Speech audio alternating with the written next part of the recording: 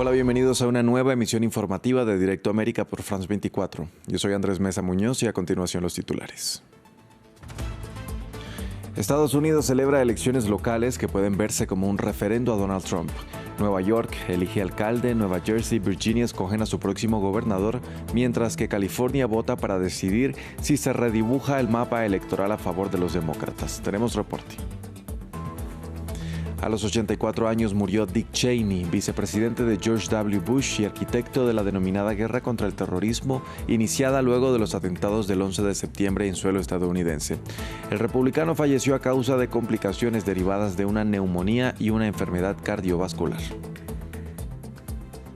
México lamentó la decisión de Perú de romper las relaciones después de que el gobierno mexicano optara por otorgarle asilo a la ex primera ministra Betsy Chávez. La exfuncionaria peruana es acusada del delito de rebelión junto al expresidente Pedro Castillo, por lo que se considera como un fallido intento de golpe de Estado en 2022.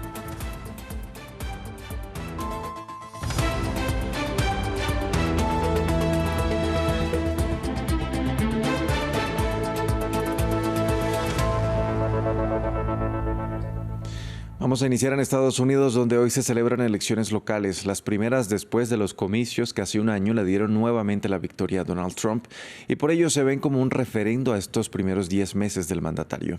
La cita electoral será clave para algunos estados como Virginia y Nueva Jersey, que eligen gobernador, así como para California, que votará si rediseña su mapa electoral a favor de los demócratas. El foco también estará puesto en Nueva York, donde Zohran Mamdani podría convertirse en su nuevo alcalde. Nuestra corresponsal en esta ciudad, Mamen Sala, nos envió el siguiente reporte. Hace poco menos de una hora que, como veis, han abierto las urnas, ya han empezado las votaciones y así seguirán a lo largo de todo el día hasta las 9 de la noche en unas elecciones que ha habido una movilización del voto anticipado pues bastante importante, con más de 735.000 votos ya emitidos antes de que hoy abrieran estas urnas, y una movilización también del voto joven que apoya a ese candidato demócrata que él mismo se autodenomina como socialista, como decías, Zohran Mamdani, que va liderando todas las encuestas y que podría significar un cambio en el paradigma de los demócratas, pero también de este país, porque Mamdani pues apuesta por un modelo bastante europeo, con escuelas, con medicinas y con hospitales de manera gratuita, con transporte gratuito. Ha dicho también que quiere imponer más impuestos a los ricos y un acceso a la vivienda mucho más asequible, unas ideas que sus contrincantes están calificando de comunistas, que aquí es una palabra que no suele gustar mucho, y le sigue muy de cerca el candidato independiente y ex gobernador Andrew Cuomo, que, como sabéis, cayó en desgracia en el 2021 después de esas acusaciones de acoso sexual, que cuenta con el apoyo tímido, pero ahí está, de Donald Trump, del presidente, que ayer mismo le mostró su apoyo públicamente. Andrew Cuomo está tratando de rascar el apoyo de los votantes republicanos de las elecciones pasadas, se ha aliado con las grandes fortunas de esta ciudad, pero no le interesa el apoyo del presidente republicano, sobre todo en un bastión históricamente demócrata como es Nueva York. Y ya por detrás, Andrew Cuomo, tenemos que decir que está recortando cada vez más distancias, aunque sigue yendo el segundo en las encuestas, y ya por detrás estaría el candidato republicano Silva Curtis, quien ha dicho que es enemigo, se ha declarado enemigo de Donald Trump. A Donald Trump él tampoco le gusta, dice que es más de lo mismo de Mamdani, y es la segunda vez que se presenta en estas elecciones, la verdad, con pocas posibilidades de ganar. Estas elecciones se llevan a cabo justo cuando se cumplen 35 días de un cierre de gobierno, debido a que demócratas y republicanos no han podido llegar a un acuerdo sobre un presupuesto. En todo el país, el impacto de este cierre administrativo aumenta día a día, pero a pesar de eso, y por primera vez, el líder de la mayoría republicana en el Senado expresó cierta esperanza en una reapertura temprana. Lea Jurel nos amplía. Un cierre de gobierno que se encamina a convertirse en el más largo de la historia de Estados Unidos. Este martes, el actual bloqueo administrativo iguala el récord de 35 días del cierre de 2019 durante la primera administración de Donald Trump. Y tanto los republicanos como los demócratas se siguen culpando mutuamente del estancamiento, aunque también desde el Congreso hay algún viso de esperanza en lograr una reapertura pronto. Es el extremismo de izquierda la causa directa del sufrimiento estadounidense en este momento. Nos sentaremos a dialogar con cualquier republicano que está dispuesto de buena fe a encontrar una solución bipartidista. En 35 días, el enfrentamiento entre el Congreso y Donald Trump ha paralizado diversos programas federales. Por primera vez en la historia del país, la asistencia alimentaria para los más vulnerables se congeló el sábado por falta de recursos.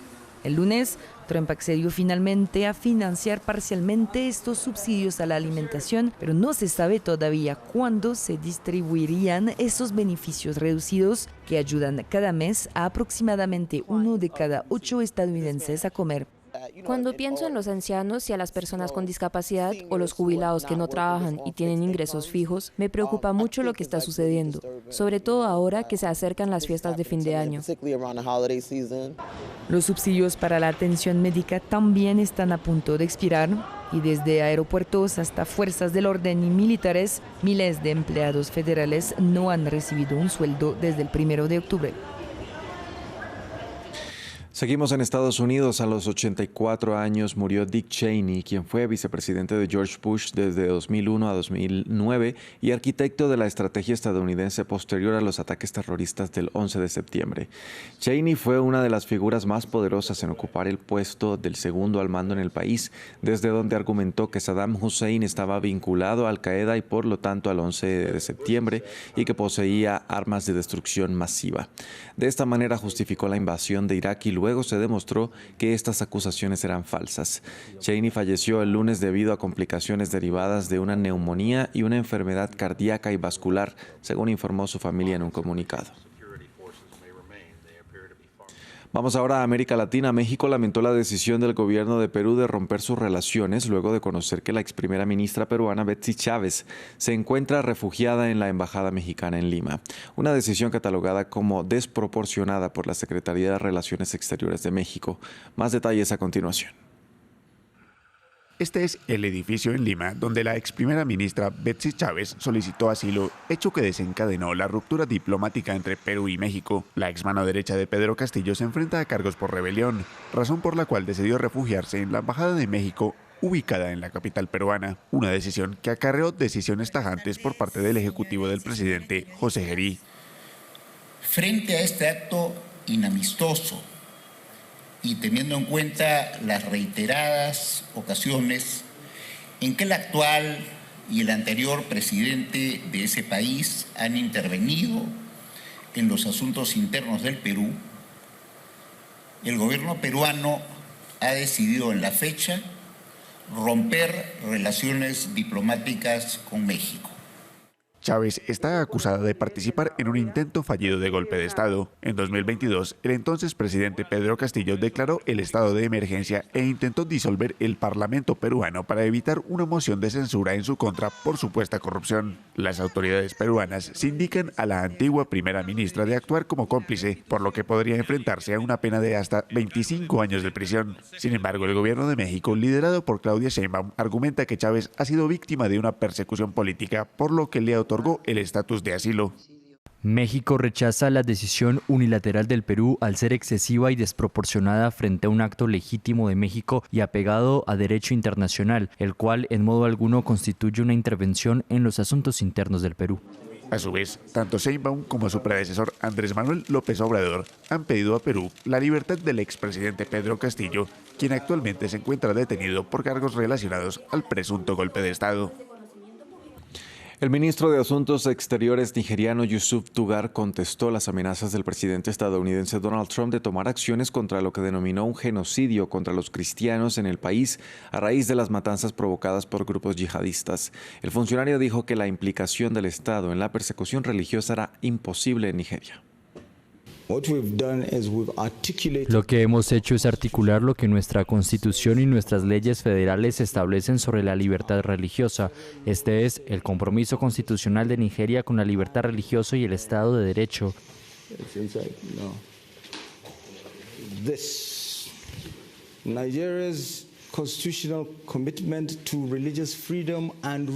Ahí se encuentran todas las respuestas. Esto es lo que nos guía y lo que demuestra que es imposible que el gobierno de Nigeria, en cualquier nivel, apoye de alguna manera la persecución religiosa.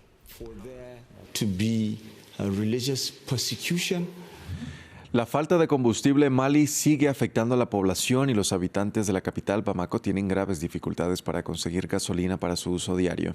La escasez se debe al bloqueo de las importaciones por parte de los yihadistas del Grupo de Apoyo del Islam y los musulmanes afiliados a Al-Qaeda, que intentan paralizar la economía y forzar un cambio de gobierno. Estas imágenes de satélite muestran el efecto que la escasez de combustible en Mali está teniendo en la población, con largas colas en las gasolineras de la capital, Bamako. Conseguir gasolina se ha convertido en una odisea tanto para los vendedores como para los conductores. Llevamos unas 3 semanas parados. A veces se consigue un poco de combustible, pero no da para mucho. Así que no podemos empezar a venderlo a la gente.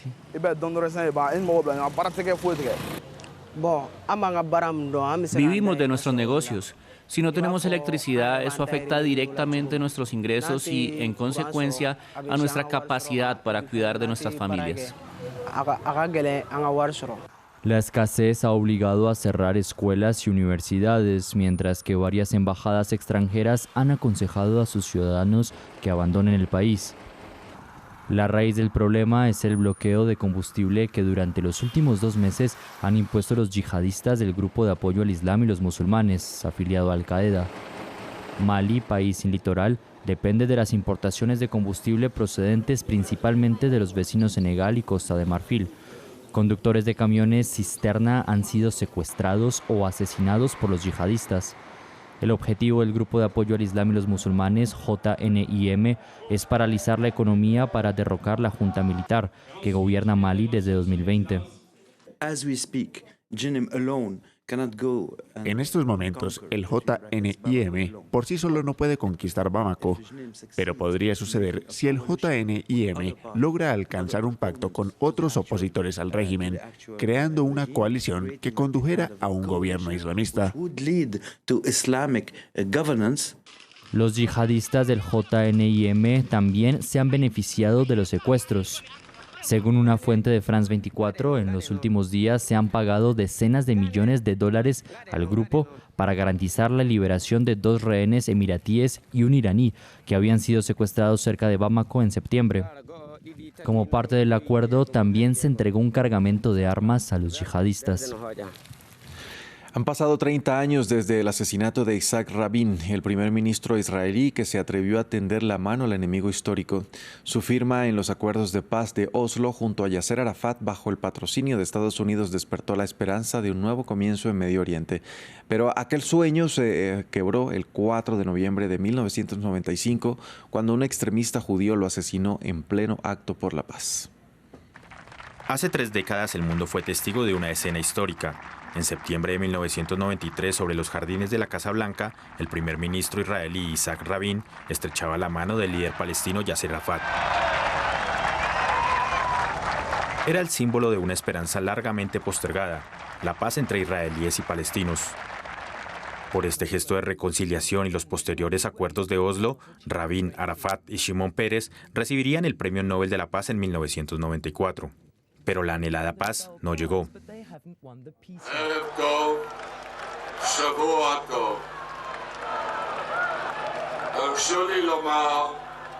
Permíteme decir que estoy muy conmovido.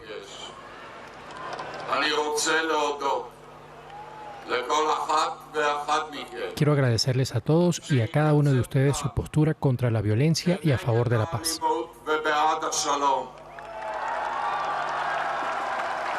El 4 de noviembre de 1995, tras un mitin a favor de la paz en Tel Aviv, Rabin fue asesinado a tiros por un extremista judío, Yigal Amir, que se oponía a las concesiones territoriales a los palestinos. Eran las 9:40 de la noche. El premier fue trasladado al hospital, pero murió poco después. Tenía 73 años. Israel y el mundo quedaron conmocionados.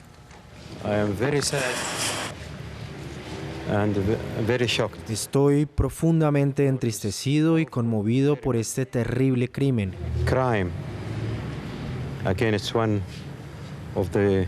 Contra uno de los valientes líderes de Israel y artífices de la paz. El asesinato marcó un antes y un después. Para Israel fue la pérdida del líder que intentó convertir la guerra en diálogo. Para Medio Oriente, el fin de una posibilidad real de reconciliación. 30 años después, el sueño de Rabin sigue pendiente. La desconfianza se ha profundizado y la violencia vuelve a marcar la relación entre palestinos e israelíes.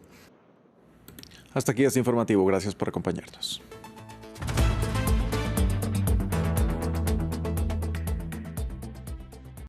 Recorra una región en constante evolución. Sus sensibilidades, luchas y conflictos en contexto. Una travesía por Medio Oriente con escala en France 24. Expreso de Oriente, presentado por Gabriel Colchen, en France 24 y france24.com.